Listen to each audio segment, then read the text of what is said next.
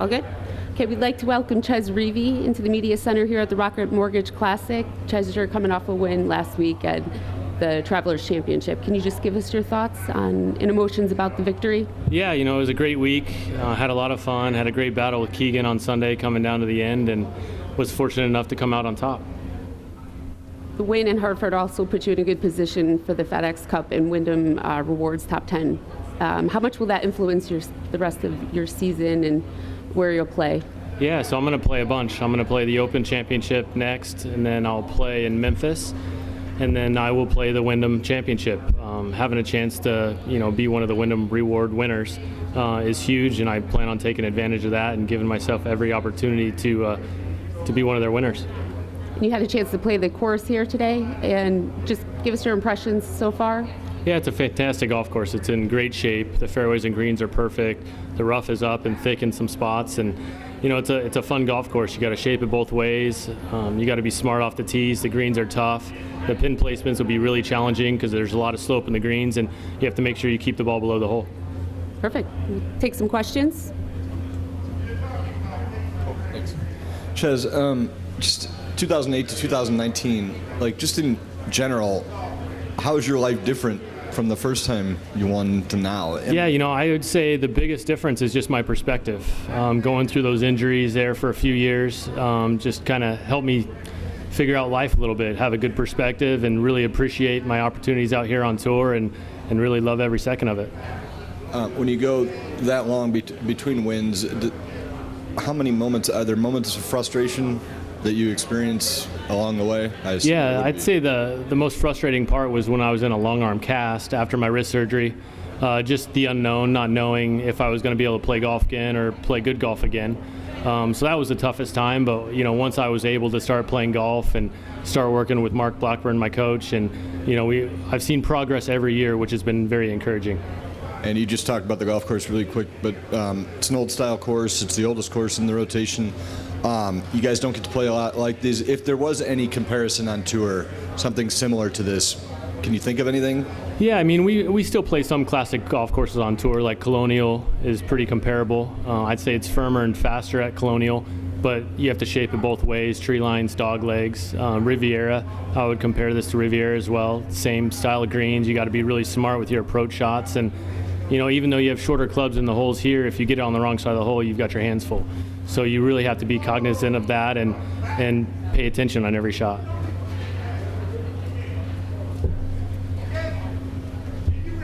Was there any note or message of congratulations over the last few days that stuck out among the masses? Man, there was a lot of them. John Rahm sent me a great message. Paul Casey sent me a great message after seeing him on Sunday. There were a lot of them, a lot of supporters there that, have been rooting hard for me for years, and to see me play well. With all the fairways that you hit, how many weeks per year do you feel like that gives you a real advantage over guys who may be 10 yards longer, but a little more inaccurate? Yeah, it's different, right? And it all depends on if you play to your strengths. When I'm playing with Dustin and Brooks and those guys, they don't have to be as sharp as I do because they hit it so far and they get shorter clubs into the greens. So for me, I have to hit fairways. If I'm hitting 6 and 7 irons out of the rough all day long, I'm going to have a tough time. Whereas when they hit in the rough, they're hitting 9 irons. So I just have to be sharper. But it's definitely, an advantage to be in the fairways. George?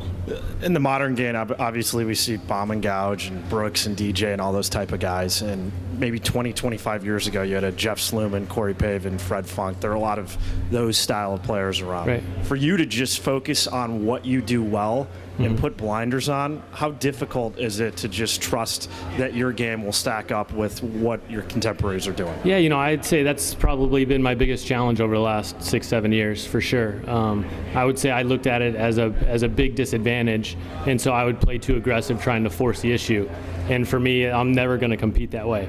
And the thing that's so special with like Brooks and Dustin and Rory is that they hit it so far, but people forget how straight they hit it too. And you can't tarnish a guy who can fly at 320 and split the fairways like Brooks and Rory do. I watched Rory do it on Saturday and Brooks on Sunday. They hit it really far, but they hit it really straight too. And I think some people just forget that they fly at 320 and they're just bombers. Well, there's millions of guys out there that can fly at 320, but they just can't hit it as straight as those guys do. And so I think that's what makes them such great players. And for me, I mean, if I could fly at 320, I obviously would love to do that, but that's just not in the cards. I have a mic.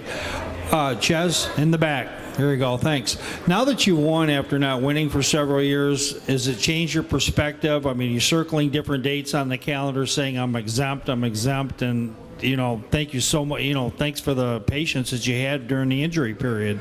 Yeah, you know, it's, I'm sorry, I forgot your question. What was this question?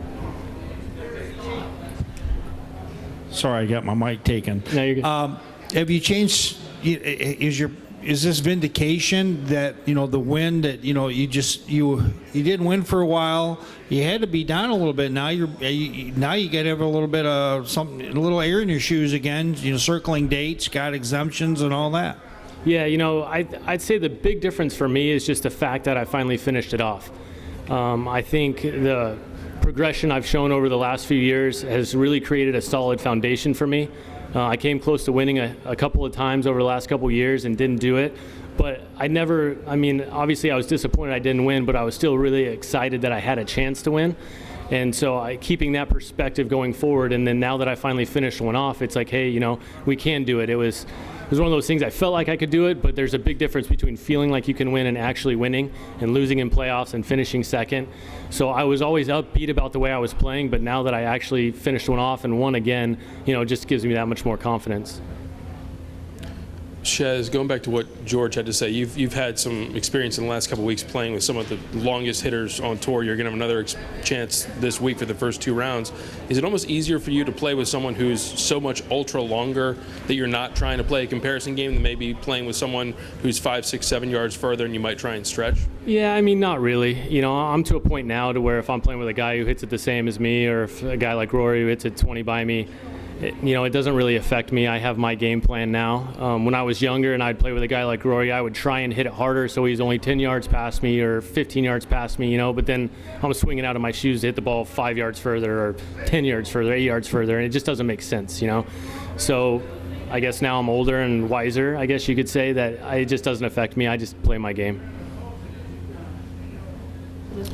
Did you ever reach a point where you wondered if you were ever going to win again? I mean, not really. I didn't look at it that way. I would say when I was hurt and I couldn't golf again, you know, when I was waiting to be able to play golf, I was just questioning if I was going to be good enough to play on tour again. I wasn't really even contemplating winning at that point. It was just getting back out here and being a regular PGA Tour member again. And then once I started practicing and playing and getting better and giving myself some opportunities, I felt like I had a good chance to win again. And going back to Pebble, what was it like for you to have that front row seat watching Brooks try to chase down Gary, and what did you gain from seeing him try to do that? Yeah, the biggest thing I learned was he was making birdies early, and I was having birdie looks and I kept missing them, but I never changed my game plan, right? I didn't get more aggressive and start making silly bogeys. I just kept playing the way I had been playing all week, and watching him challenge for the lead, going for a three-peat at the U.S. Open is unbelievable. And just watching how he played on Monday when I played with him to Sunday, it was the exact same. So it just kind of gave me a good perspective of how he's chasing history, but yet he's doing the same stuff on Sunday as he was on Monday. How will, I guess maybe relief being the right word, change going into a weekend now when you're not thinking like, man, 11-year, all that stuff that you're getting asked about right now, that's over? Right, so like coming in, you know, say I have a chance to win Sunday and I'm playing late again this week, I'm going to have last week and the week before to just lean on and realize, hey, I've played well under the gun and in the heat, and, you know, if I have a chance to win, I'll have a good opportunity to make the putts. I'll be comfortable in that situation. Whereas before is like I hadn't won, and it's like I feel like I can play well in that situation, but until you do it and experience it, you really don't know how you're going to feel and react to it. Whereas now I know how I'm going to react, I know how I feel, and I know I can do it. So it's just going to give me that much more confidence on a Sunday coming down the stretch, you know, with a chance to win.